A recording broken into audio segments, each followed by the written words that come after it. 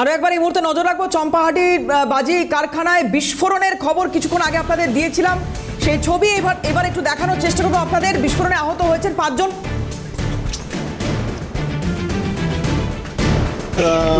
এই ছবি দেখাচ্ছি আপনাদের, এখনো দমকল কর্মীরা রয়েছেন সেখানে এবং একটা পুরো ছাউনি উড়ে গেছে।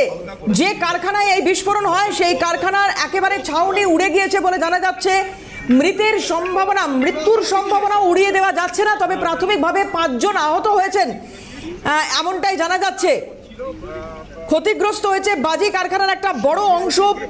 এতটাই তীব্রতা ছিল বিস্ফোরণের যে পুরো ছাউনি উড়ে গিয়েছে।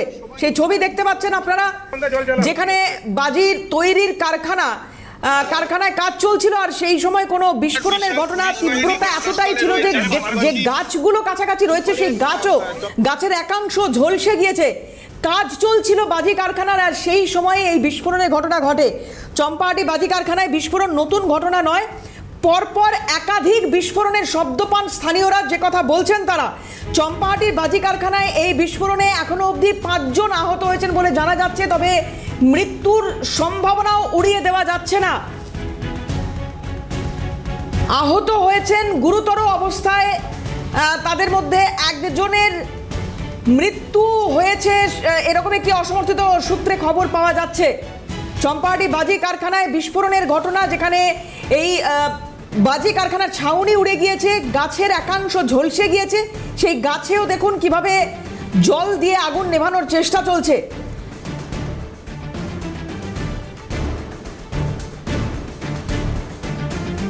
চম্পাহাটির এই ঘটনায় যেখানে সম্ভবত একজনের মৃত্যু হতে পারে এরকম একটি আশঙ্কার কথাও শোনা যাচ্ছে, তবে অসমর্থিত সূত্রে এই খবর এখনো অবধি পাওয়া যাচ্ছে। যে ছবি দেখতে পাচ্ছেন, জাহেদ মিস্ত্রি আমাদের প্রতিনিধি রয়েছেন। জাহেদ, আপডেট কি?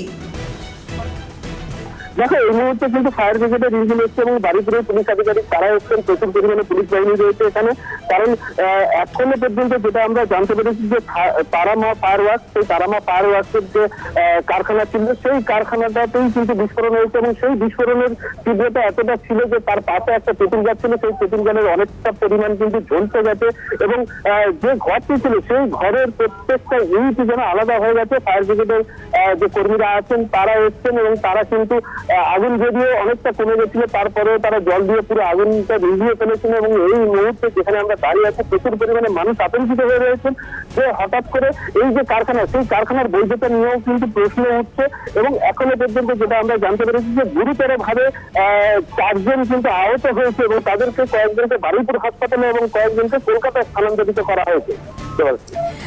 যে ছবি এখনো অবধি দেখতে পাচ্ছি তো ভয়াবহ অবস্থা, কারণ কিছুই বোঝা যাচ্ছে না। যে জায়গাটায় একেবারে কি বলবো, এটাকে ধ্বংসস্তূপ ছাড়া আর তো অন্য কিছু শব্দ এই মুহূর্তে এটার জন্য প্রযোজ্য নয় বলেই মনে হচ্ছে।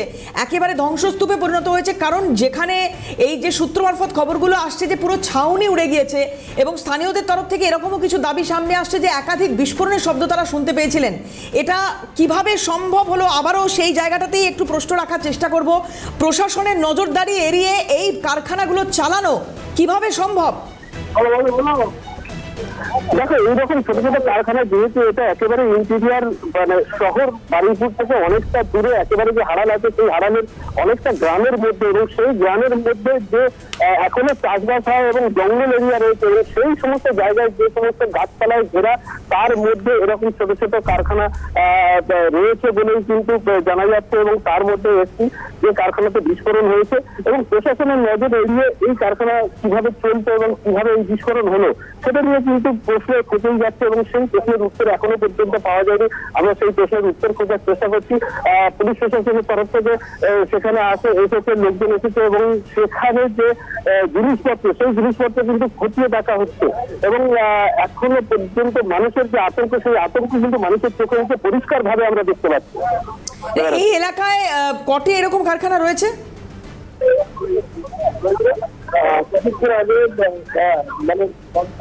জাহেদ, এই এলাকায় যেখানে এই বিস্ফোরণটা ঘটেছে, আমি গোটা চম্পাহাটির কথা বাদ দিলাম, এই এলাকায় এই পাড়ার মধ্যে কটা এরকম কারখানা রয়েছে? দেখো, এটা তো একেবারে পরিষ্কার নয়। এখানে বড় বড় গাছপালাতে ঘেরা, বিভিন্ন জায়গাতে ঘেরা, যেমন সরকারি লাইসেন্স নিয়ে ব্যবসা চলছে, তেমনই কিন্তু প্রচুর পরিমাণে এখানে জঙ্গলের মধ্যে সেখানে লাইসেন্স ছাড়া, বিনা লাইসেন্সে এরকম প্রচুর ব্যবসা চলছে। সেটাও কিন্তু আমরা এলাকাবাসীদের যে মত, সেই মতটাকে আমরা জানতে পারছি। এই এখনো অবধি এই যেটা তুমি কিছুক্ষণ আগে বলছিলে 5 জন আহত হওয়ার খবর পাওয়া যাচ্ছিল, এটার কি আপডেট আরেকবার যদি একটু জানাও। আমরা সূত্র মারফত খবর পেয়েছিলাম যে 5 জন গুরুতরভাবে আহত হয়েছে, তবে সেই স্থানে যেখানে বিস্ফোরণ হয়েছে সেখানে এসে আমরা জানতে পারলাম যে গুরুতরভাবে 4 জন আহত হয়েছে। তাদের কয়েকজনকে বারুইপুর হাসপাতালে যেমন পাঠানো হয়েছে, তেমনই কয়েকজনকে কলকাতা, যারা অত্যন্ত গুরুতর, তাদেরকে গুরুতর আহত, তাদেরকে কলকাতায় স্থানান্তরিত করা হয়েছে। এটা কটা নাগাদ হয়েছে জাহেদ?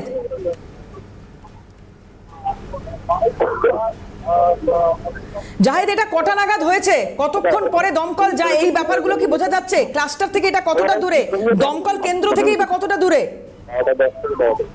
ঘটনাটা ঘটেছে যেটা আমরা জানতে পারলাম যে 12:10 থেকে 12:15 নাগাদ ঘটনাটা ঘটেছে, এবং সেখানে 40-45 মিনিটের মধ্যেই কিন্তু ঘটনাস্থলে দমকল কর্মীরা চলে এসেছে। অনেক ধন্যবাদ জাহেদ। কথা বলছিলাম, জাহেদ মিস্ত্রি ছিলেন আমাদের সঙ্গে টেলিফোনে।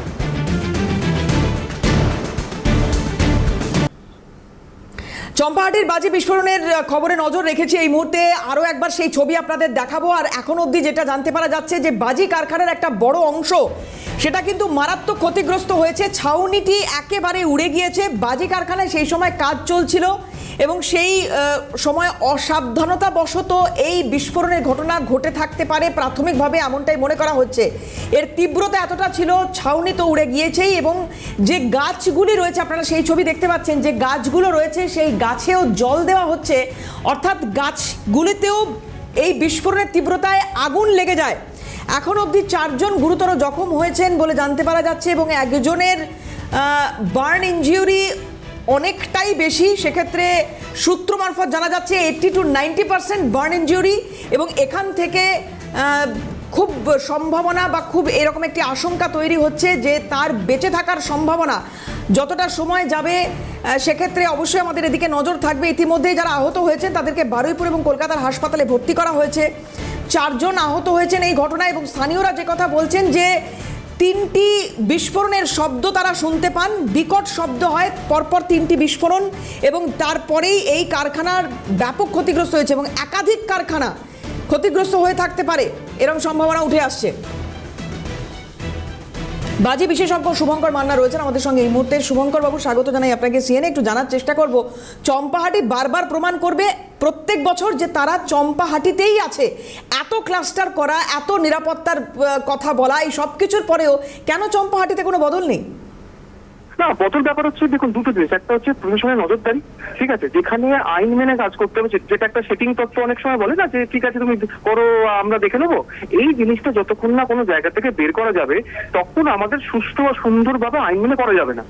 এখানে দেখবেন বেশিরভাগ বিস্ফোরণ হয়, সব বন্ধ করে পুলিশ চলে যায়, আবার 6 মাস পর আস্তে আস্তে বুঝিয়ে ওঠে, তারপর আবার পুরোনো তালে ফিরে যায়, আবার বিস্ফোরণ হয়। তো আমি তো আজকে দেখছি না, আমি 10 বছর ধরে দেখছি বা 15 বছর ধরে দেখছি। আমি যে কটা বিস্ফোরণ হয় প্রত্যেক জায়গায় আমি যাই, মানে মর্মান্তিক দুর্ঘটনা, মর্মান্তিক মানে মৃত্যু মানুষগুলোর। ব্যাপার হচ্ছে যে সারা বছর ধরে তদারকি করতে হবে, 1 নম্বর। 2 নম্বর হচ্ছে যে কেন্দ্রীয় সংস্থার যে আইন আছে সেগুলো মেনে চলতে হবে। আমি যে আইনকে তোয়াক্কা না করে যদি আমি নিজের মতো করে বানিয়ে যাই, হ্যাঁ, কারণ ব্যাপার হচ্ছে এটা পাউডার আর গান পাউডার এক নয়। সেটা অনেক প্রান্তিক সময় বোঝেই না, তাদেরকে বস্তা দিয়ে দেয় বলে বাজি বানানোর জন্য। এর যে মানে কনসিকুয়েন্স কি হতে পারে তাদের বোঝানো হয় না।